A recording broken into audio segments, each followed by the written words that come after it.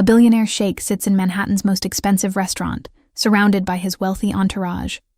When a Moroccan waitress approaches to take his order, he smirks and launches a cruel public bet.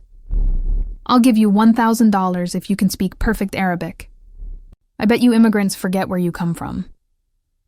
The entire restaurant goes silent. His guests laugh, expecting her to retreat in shame. But when she opens her mouth, what comes out is an ancient Bedouin dialect so rare and pure that the sheikh's face goes white. This isn't just any waitress. She's the granddaughter of Morocco's most respected Arabic scholar. And what happens next will teach this arrogant billionaire the most important lesson of his life about dignity, respect, and true nobility. What city are you watching this video from, and what time is it? By the way, if you're enjoying my videos, I'd be so happy if you could subscribe to my channel and like this video. The restaurant Pearl of Manhattan was the most exclusive in the city, where billionaires and politicians dined under crystal chandeliers. That November evening, Layla Mansour, 26 years old, a waitress of Moroccan origin who worked to send money to her family, found herself in front of Sheikh Khalid Al-Rashid, 35 years old, one of the wealthiest men in the Middle East. Seated at the main table, surrounded by his entourage, when Layla approached to take the order, the sheikh looked at her with a contemptuous smile. In front of all his guests, he launched a humiliating bet in clumsy English. "I'll give you $1,000 if you serve me in perfect Arabic. I bet you don't even know how to speak it, do you?" Silence fell over the restaurant. His guests laughed, expecting the waitress to retreat humiliated. But when Layla opened her mouth, what came out was not just perfect Arabic, but a Bedouin dialect so ancient and refined that the sheikh turned pale, because that waitress wasn't just a Moroccan girl serving tables. She was something that would shake everything Khalid believed he knew about class, honor, and love. The restaurant Pearl of Manhattan gleamed like a jewel in the heart of the Upper East Side. Located on the top floor of a historic building with views of Central Park, it was the Temple of Manhattan Haute Cuisine. 1 Michelin star, prices starting at $500 per person, clientele that included ambassadors, businessmen, movie stars, the kind of place where waiters earned in one night what most Americans made in a week. Layla Mansour was 26 years old and had worked there for 8 months. Tall, slender, with features that revealed her North African origins. She wore the restaurant's impeccable black uniform with a dignity that attracted glances. Her dark hair pulled back in a perfect bun, discreet makeup, elegant movements born from months of training. She was one of the most requested waitresses because she spoke 4 languages fluently and had that natural grace that made customers feel special. But behind that elegant facade was a very different reality. Layla had arrived in America from Morocco 5 years earlier, with her sick mother and younger brother. They lived in a small apartment in the Bronx, one of New York's most challenging neighborhoods. She had abandoned university studies to work, sending most of her salary each month to family remaining in Casablanca. She worked 6 days a week, double shifts when she could, saving every penny. That November evening, the restaurant had been reserved almost entirely by a single client, Sheikh Khalid Al-Rashid, 35 years old, heir to one of the most powerful families in the United Arab Emirates, with an estimated fortune of over $3 billion. He was in New York for real estate negotiations, interested in buying some historic buildings in Midtown. His arrival had been preceded by days of frantic preparations. The restaurant had to obtain special ingredients, particular wines, even modify some dishes to respect his preferences. Khalid entered accompanied by an entourage of 8 people, consultants, assistants, translators. He wore an immaculate white thobe with a black bisht embroidered in gold, the traditional white gutra secured by the black cord of the agal. Handsome in an almost cinematic way, with sculpted features, a carefully groomed beard, dark eyes that seemed to evaluate everything with a mixture of interest and boredom. He carried with him that aura of absolute power that only those who have never had to ask for anything in life possess. Layla had been assigned to his table, an honor and a curse. Honor meant the owner considered her the best. Curse, because clients of that caliber were often the most demanding, the most difficult, those who could get a waitress fired with a single negative comment. She approached the table with the menu, perfectly composed. Khalid looked at her with that gaze Layla knew well. the gaze of someone who sees service staff as part of the furniture. But there was also something more, an evaluation that made her feel uncomfortable. When he spoke, it was in clumsy English with a strong Arabic accent. "Pretty girl, where are you from?" It wasn't a polite question, but an investigation, as if he were evaluating merchandise. Layla maintained her professional smile. She responded politely that she was Moroccan but had lived in America for years. Khalid laughed, a sound that had nothing kind about it. He turned to his guests and said something in Arabic that made everyone laugh. Layla understood every word but didn't react. He had said, "Look, even here we have our women working as servants for Americans." What followed was worse. Khalid looked at her with a contemptuous smile and launched his challenge in stumbling English, raising his voice so the entire restaurant could hear. "I'll give you $1,000 here, now, if you serve me in perfect Arabic. I bet you don't even really know how to speak it, eh? These immigrants forget where they come from." The silence fell over the restaurant. Other customers stopped eating. The staff froze.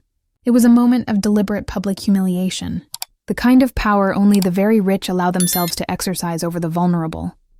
Khalid smiled, confident that the waitress would retreat mortified or stammer schoolroom Arabic. But what he didn't know was that Layla Mansour was not a simple immigrant. She had been born in Fez, Morocco's oldest city, center of Islamic culture and wisdom. Her grandfather had been one of the most respected scholars of classical Arabic literature at Al-Qarawiyyin University, the world's oldest continuously operating university. Layla had been raised immersed in classical Arabic, in the Moroccan Darija dialect, but also in the Bedouin dialect of the desert that her grandfather studied. She had read pre-Islamic poetry, studied the Quran in classical Arabic.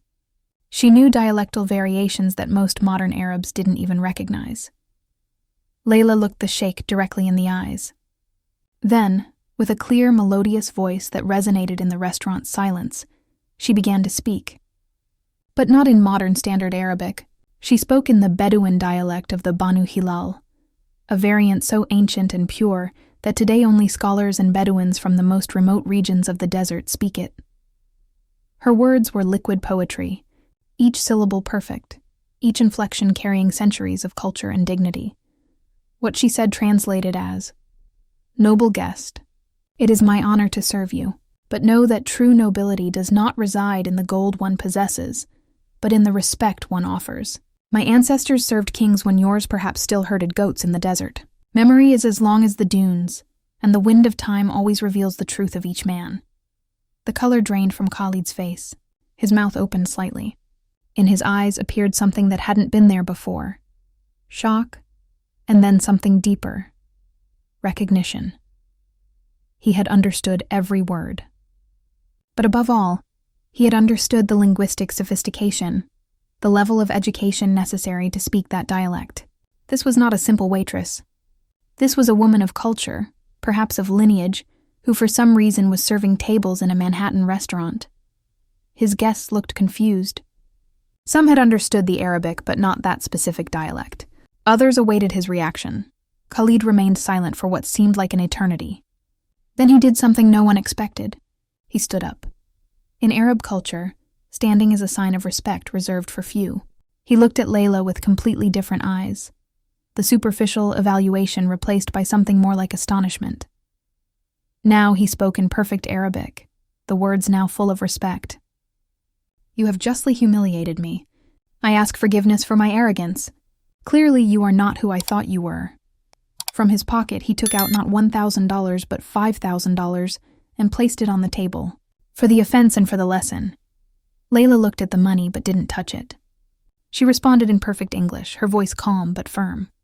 "I don't want your money, sir. I only want the respect that every human being deserves, rich or poor, servant or master." The silence in the restaurant was absolute. Then, slowly, from the table of Americans in the corner, applause began. It spread. Soon the entire restaurant was applauding, not for the spectacle, but for dignity. For a young woman who had refused to be humiliated, who had defended her honor with grace and intelligence instead of anger. Khalid remained standing. Something was working behind his eyes. This encounter had shaken him in a way he couldn't yet define. Who was this woman really? And why had fate placed her in his path just when he most needed to wake from his arrogance? In the following days, Layla tried to forget the incident, but the sheikh apparently couldn't. He returned to the restaurant the next night, then the next, always requesting Layla's table. He no longer made contemptuous comments. On the contrary, he was polite almost to the point of discomfort, like a boy trying to remedy a terrible mistake. The third night, when Layla went to take the order, Khalid asked if they could talk after her shift. She politely declined. It was inappropriate. He insisted, explaining that he only wanted to apologize properly, to understand. Layla sensed something in his tone, not arrogance, but genuine curiosity, perhaps even shame. She consented to 10 minutes. No more. They met at the small cafe next to the restaurant after midnight when Layla had finished. She was tired, still in her work uniform. He had changed the traditional thobe for an Armani suit, but seemed equally out of place in the modest cafe. They ordered mint tea, the boiling liquid that reminded them both of home, though very different homes. Khalid spoke first. He admitted to having been arrogant, accustomed to a world where money bought everything, where people bent to his wishes. But the encounter with Layla had shaken him. He wanted to know who she was, how a woman with that education was serving tables. Layla hesitated. She wasn't accustomed to sharing her story, but something in that moment, perhaps the late hour or the sincerity in his eyes, made her speak. She told about her grandfather, the scholar from Fez who had taught her not only Arabic, but love for language, culture, history. How she had dreamed of being a teacher, studying comparative literature. Then her mother's illness, the family's financial collapse, the need to emigrate, university abandoned after 2 years, humble jobs to survive, her younger brother still studying thanks to her sacrifices. There was no self-pity in her voice, only facts narrated with the same dignity she had shown that first night. Khalid listened in silence. When she finished, he remained quiet for a long time. Then he began to speak too, and what he said surprised Layla. He told of a life surrounded by luxury but empty of meaning. Born with a golden spoon, every desire anticipated, every whim satisfied. He had never had to fight for anything, never known the real value of things, because nothing had ever had a cost for him. He had surrounded himself with yes-men, flatterers, people who saw him only as a walking wallet. He had traveled the world but never really seen it, always protected in 5-star luxury bubbles. He had bought art without appreciating it, books without reading them, precious objects without valuing them, and in all this, he had lost touch with his roots, with the values that his Bedouin grandfather, a simple man of the desert, had tried to teach him before dying. He spoke for an hour, and Layla found herself listening with growing interest.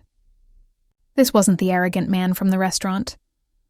This was someone beginning to awaken, to see the cracks in his golden life. When they parted that night, both felt something had changed, a subtle thread of mutual understanding that neither yet knew how to name. Khalid extended his stay in New York, officially for real estate negotiations, but really he couldn't stop thinking about Layla.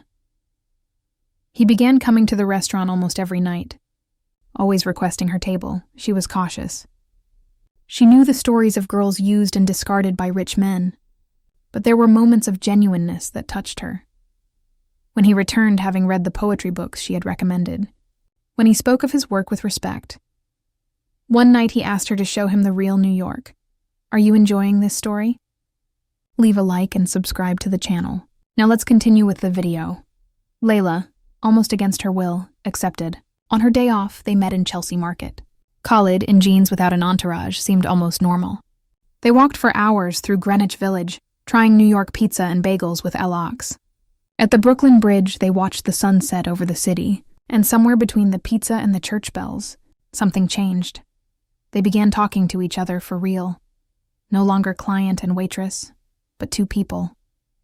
Khalid spoke of unrealized dreams, Layla of regrets of incomplete studies. They discovered shared passions, poetry, history, the desire for meaning. Before Layla entered her apartment in the Bronx, he stopped her. He said he was falling in love with her. He knew it was complicated, perhaps impossible, but he couldn't deny it. Layla felt her heart race. She felt something too, but their worlds were too different. He would return to the Emirates.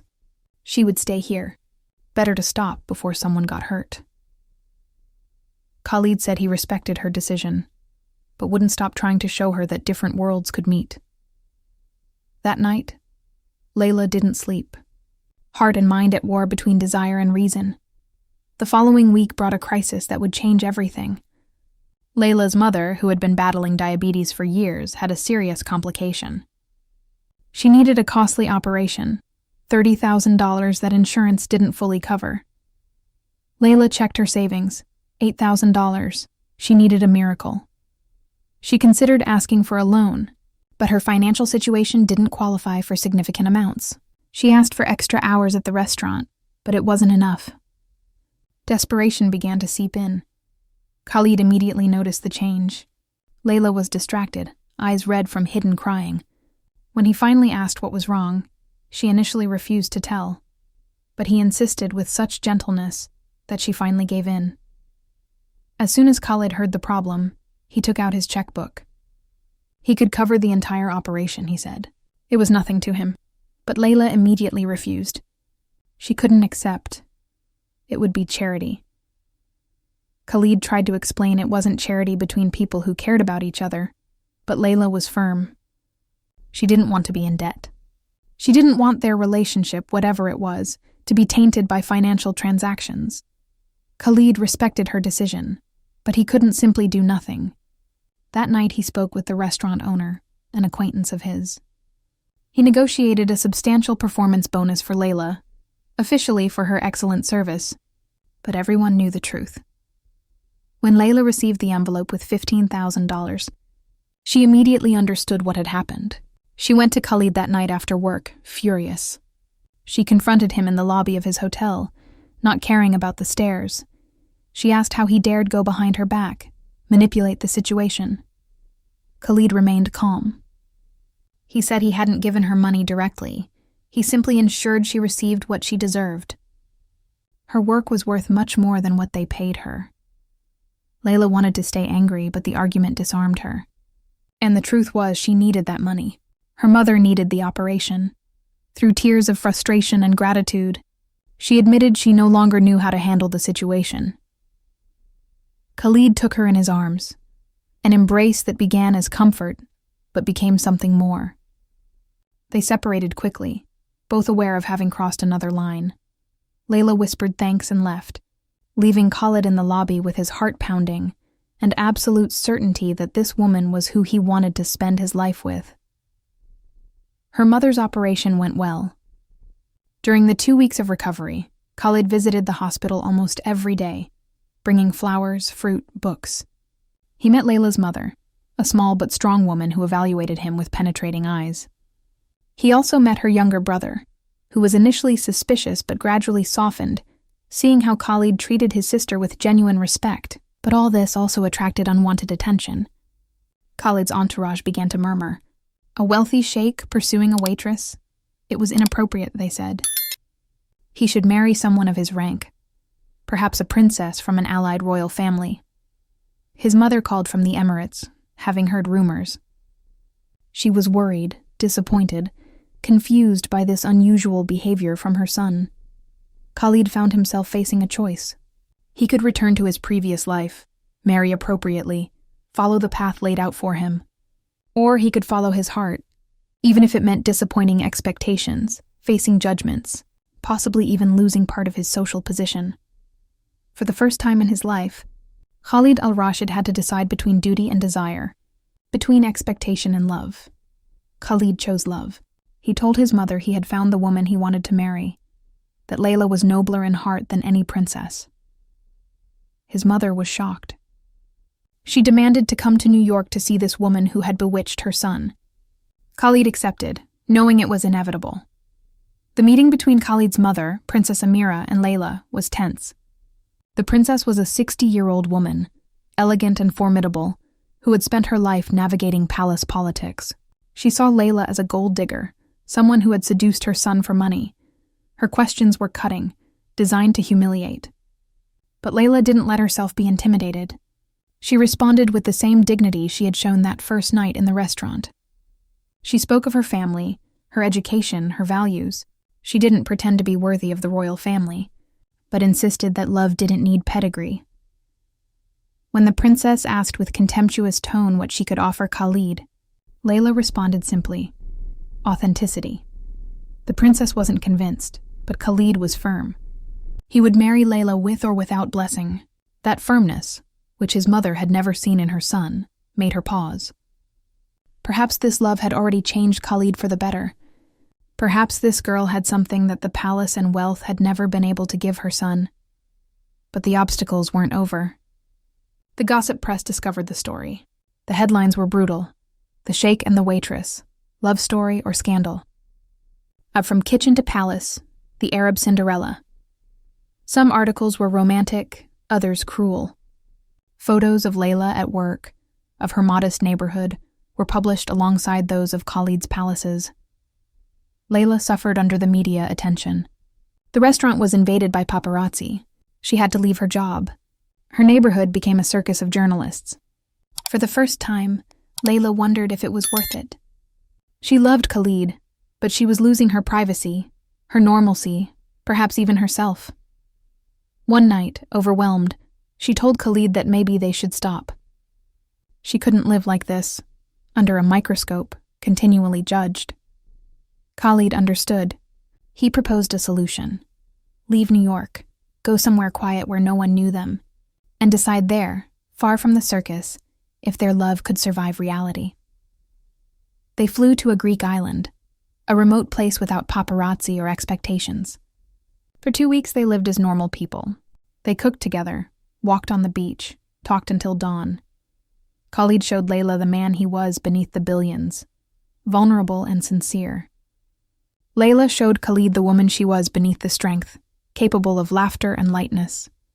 There, on that beach at sunset, Khalid knelt with a simple ring, not ostentatious. He asked Layla to marry him, not as sheikh to subject, but as man to woman. He said they would face the judgments, the difficulties, the differences together, that they would build a bridge between their worlds, not denying either but honoring both. Layla, with tears falling, said yes. Yes to love, yes to adventure, yes to uncertainty if it meant being with him. They kissed as the sun set over the Mediterranean, two souls who had met in the most improbable way and had chosen to stay together against all logic. The wedding was a masterpiece of cultural diplomacy. It was celebrated both in New York and in the Emirates, two ceremonies that honored both traditions. In New York, at the Plaza Hotel Chapel, Layla wore a white dress designed for her, elegant but modest. In Dubai, at the Al-Rashid family palace, she wore a traditional kaftan embroidered in gold that had belonged to Khalid's grandmother, Khalid's mother, who had gradually accepted Layla, gave her family jewels dating back 5 generations. Layla's mother, now healthy, blessed the union with tears of joy and worry mixed. The two women, so different in origin, but united by love for their children, found common ground in being mothers. After the wedding, Layla and Khalid faced the decision of where to live. Khalid had responsibilities in the Emirates, but Layla had family in America. They decided on a compromise. They would divide their time, 6 months in Dubai, 6 in New York. It wasn't perfect, but it was real. In Dubai, Layla faced the expectations of being the wife of an important man. Some high society women looked at her with contempt, murmuring about the waitress who had hunted money. But Layla, with her usual dignity, ignored them. Instead, she focused on what she could do. She used her position to found a cultural center that promoted Arabic and American literature, building bridges between cultures. She gave language classes, organized poetry events, created scholarships for poor students who wanted to study literature. Khalid supported her completely, proud of the woman who used her new platform to make a real difference. In New York, Khalid invested in projects that mattered to Layla. He financed renovations in the Bronx. He created training programs for young immigrants. He supported small businesses in the neighborhood where Layla had grown up, not as charity, but as investments in community, treating people with dignity instead of pity. 2 years after the wedding, their first child was born, a boy they named Omar. Khalid insisted he grow up knowing both cultures, speaking English and Arabic, understanding that his wealth was a privilege to be used responsibly. Layla taught him the same lesson her grandfather had taught her, that true nobility comes from character, not from a wallet. One night, while watching Omar sleep, Khalid turned to Layla. He told her that night at the restaurant, when he had arrogantly challenged her. He didn't know he was meeting the person who would change his life. She had done more than humiliate him. She had awakened him, shown him that a person's value isn't measured in gold, but in integrity, knowledge, courage. Layla smiled, that smile that had conquered him that first night. She said she too had been changed. Khalid had shown her that love can cross any barrier if it's genuine, that vulnerability is strength, that two worlds can not only coexist but enrich each other mutually. Years later, the Pearl of Manhattan placed a commemorative plaque on the table where they had met. It said simply, "Here an arrogant challenge became eternal love. May all remember, true nobility recognizes itself in others regardless of position." And when people asked Layla about the moment that changed everything, she would smile and say that sometimes the universe puts someone in front of you who needs to learn a lesson, and you discover you needed it too. Khalid needed humility. She needed to believe that dreams could come true. Together they had learned that the strongest love is born when two people truly see each other, beyond clothes, beyond money, beyond expectations. They see souls and choose them anyway. Leave a like if you believe dignity is worth more than any wealth. Comment if you too have had to defend your worth in front of someone who underestimated you. Share this story to remember that true love knows no barriers of class or culture. Subscribe for more stories that demonstrate how respect and authenticity always win over arrogance and prejudice. Sometimes the most important encounters are born from the most humiliating moments. Sometimes the person who seeks to tear us down becomes the one who lifts us highest. Because true love isn't born when everything is perfect, but when someone sees beyond appearances and recognizes the value the world ignores. And in that moment of mutual recognition, two different worlds become one.